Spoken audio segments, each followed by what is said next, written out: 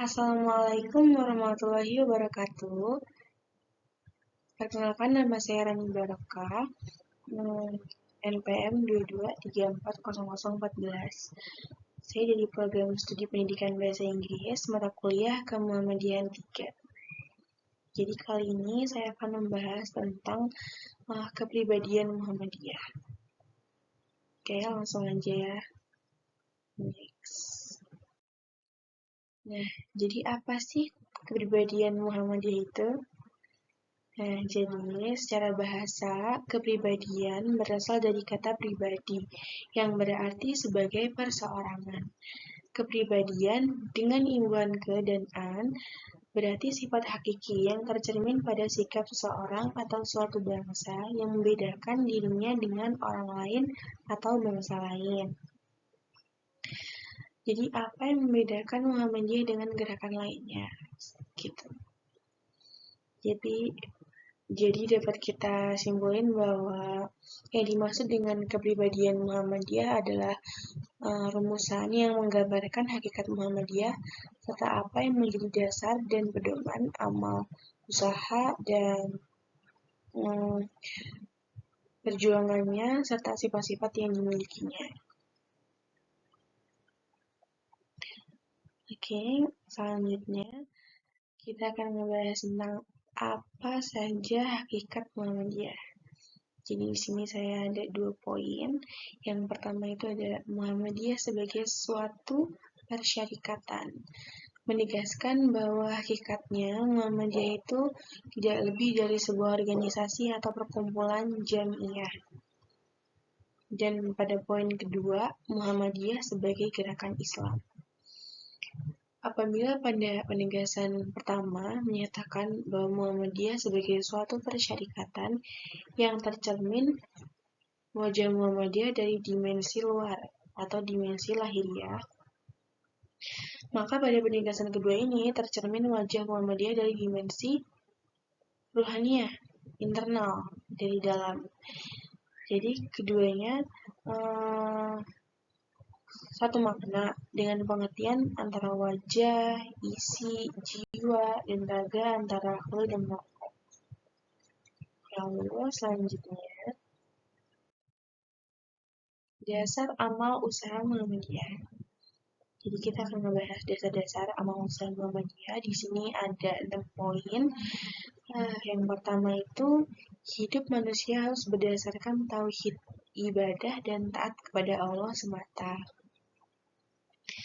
Dalam melaksanakan gerak dan kegiatannya, tauhid dan tawakal kepada Allah harus senantiasa dijadikan landasan dasarnya. Lalu pada poin kedua, hidup manusia bermasyarakat.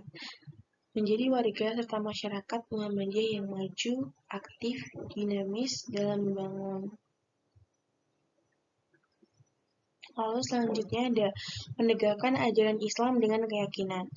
Tidak ada landasan yang membahagiakan manusia kecuali dengan dasar Al-Quran dan Al-Hadis yang akan membawa kebahagiaan yang hakiki. Tentunya kan.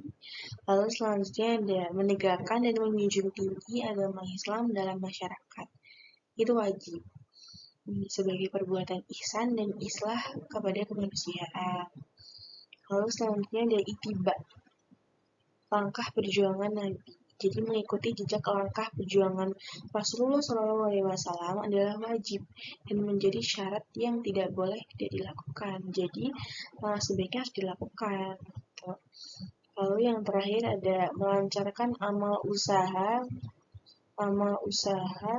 perjuangannya dengan ketertiban organisasi. Sebentar.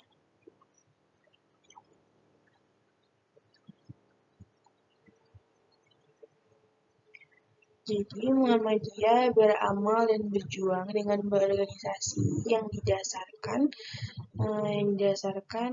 atas musyawarah bersama, menghimpun dan mendidik kader pimpinan atas musyawarah bersama juga. Lalu selanjutnya kita akan bahas dan kita akan lanjutkan tentang pedoman amal dan perjuangan Muhammadiyah. Jadi dalam Muhammadiyah, hukum dan ajaran agama Islam wajib dipegang teguh dan dijunjung tinggi. Tujuan yang baik harus dicapai dengan cara yang baik pula. Cita-cita yang diridhoi Allah Subhanahu wa Ta'ala harus dicapai dengan cara serta usaha yang diridhoi Allah. Muhammadiyah berjuang tidak sekedar mencari berhasilnya tujuan semata, tetapi juga dengan maksud beribadah, berbakti, dan berjasa kepada kemanusiaan, berbakti kepada Allah Subhanahu wa Ta'ala. Muhammadiyah berjuang dengan keyakinan bahwa kemenangan ada di tangan Allah Subhanahu wa Ta'ala dan itu akan dianugerahkan kepada siapa yang bersungguh-sungguh berjuang dengan cara adil dan jujur. Oke, selanjutnya ada sifat-sifat Muhammadiyah. Ini ada berapa sifat-sifatnya? Ada 9. Yang pertama itu perdamaian sesama manusia dan kesejahteraan masyarakat adalah tujuan dari perjuangan dan amal usaha Muhammadiyah. Hal yang poin kedua, memperbanyak kawan dan mengamalkan ukhuwah Islamiyah. Lalu yang ketiga adalah bersifat keagamaan dan kemasyarakatan. Jadi si Muhammadiyah ini sangat ditekankan ya berulang kali untuk bersifat keagamaan yang baik, contohnya beribadah, lalu ada kemasyarakatan, itu sangat ditegaskan sekali sifat-sifat Muhammadiyah. Lalu selanjutnya ada mengindahkan segala hukum, undang-undang, peraturan, serta dasar dan falsafah negara yang sah. Selanjutnya amar ma'ruf nahi mungkar dalam segala lapangan dan menjadi contoh teladan yang baik. Selanjutnya yang keenam adalah aktif dalam perkembangan masyarakat dalam maksud islah dan pembangunan sesuai dengan ajaran Islam. Selanjutnya ada kerjasama dengan golongan Islam manapun juga dalam usaha menyiarkan dan mengamalkan agama Islam serta membela kepentingan.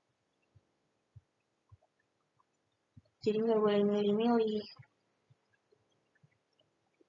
harus bekerja sama dengan Islam manapun, jadi nggak boleh ada permusuhan.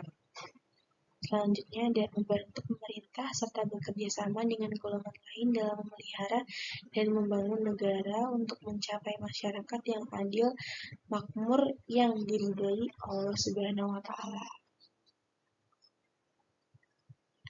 Lalu yang terakhir ada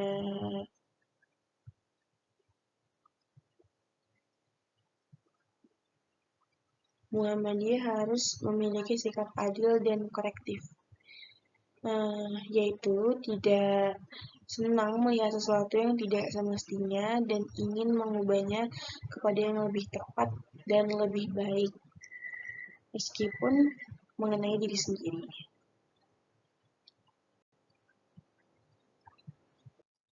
Ya, selesai. Jadi mungkin itu saja yang dapat saya sampaikan. Kurang lebihnya saya mohon maaf sekali. Saya akhiri. Wassalamualaikum warahmatullahi wabarakatuh. Bye.